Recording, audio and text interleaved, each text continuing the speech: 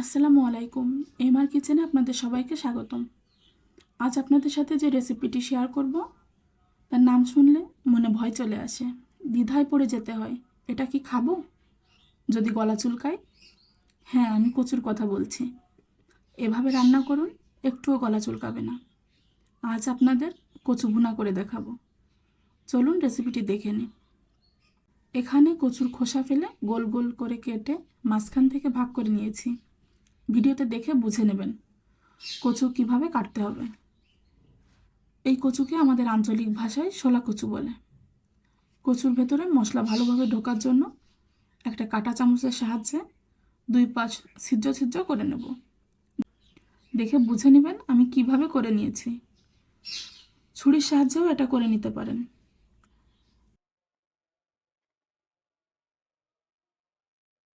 এবার কচুর ভেতরে 1 চা চামচ লবণ ও 1/2 চা চামচ হলুদ দিয়ে ভালোভাবে মাখিয়ে এক পাশে রেখে দেব। এবার চুলায় একটা প্যান দিয়ে চুলাটি অন করে দেব। প্যান গরম হয়ে গেলে প্যানে 1/2 কাপ সয়াবিন তেল দিয়ে দেব। তেল গরম হয়ে গেলে প্যানে কচুগুলো সব একে একে দিয়ে দেব।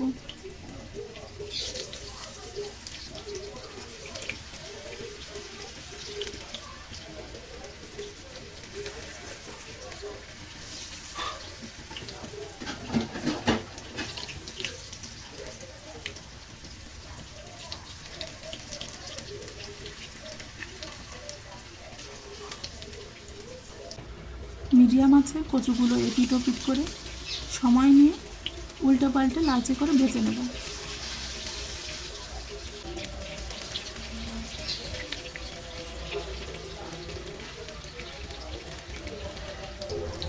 ভাজা হয়ে গেলে কচুগুলো একটা বাটিতে উঠিয়ে নেব। কচু ভাজার জন্য যে তেল নিয়েছিলাম সেই তেলের ভিতরে পুরো রান্নাটা করে নেব। তেলে ফোড়নের জন্য মাঝখান থেকে ছিঁড়ে নেওয়া একটা তেজপাতা, মুখ ফাটিয়ে নেওয়া একটা এলাচ ও 1 টুকরো দারচিনি দিয়ে 30 সেকেন্ড ভেজে নেব। সুন্দর সুঘ্রাণ বেরোলে এর ভেতরে 1/4 কাপ পেঁয়াজ বাটা দিয়ে পেঁয়াজের কাঁচা গন্ধ না যাওয়া পর্যন্ত ভেজে নেব। এবার 2 চা চামচ আদা রসুন বাটা দিয়ে কিছুক্ষণ ভেজে 1/4 কাপ পানি দিয়ে ভালোভাবে কষিয়ে নেব।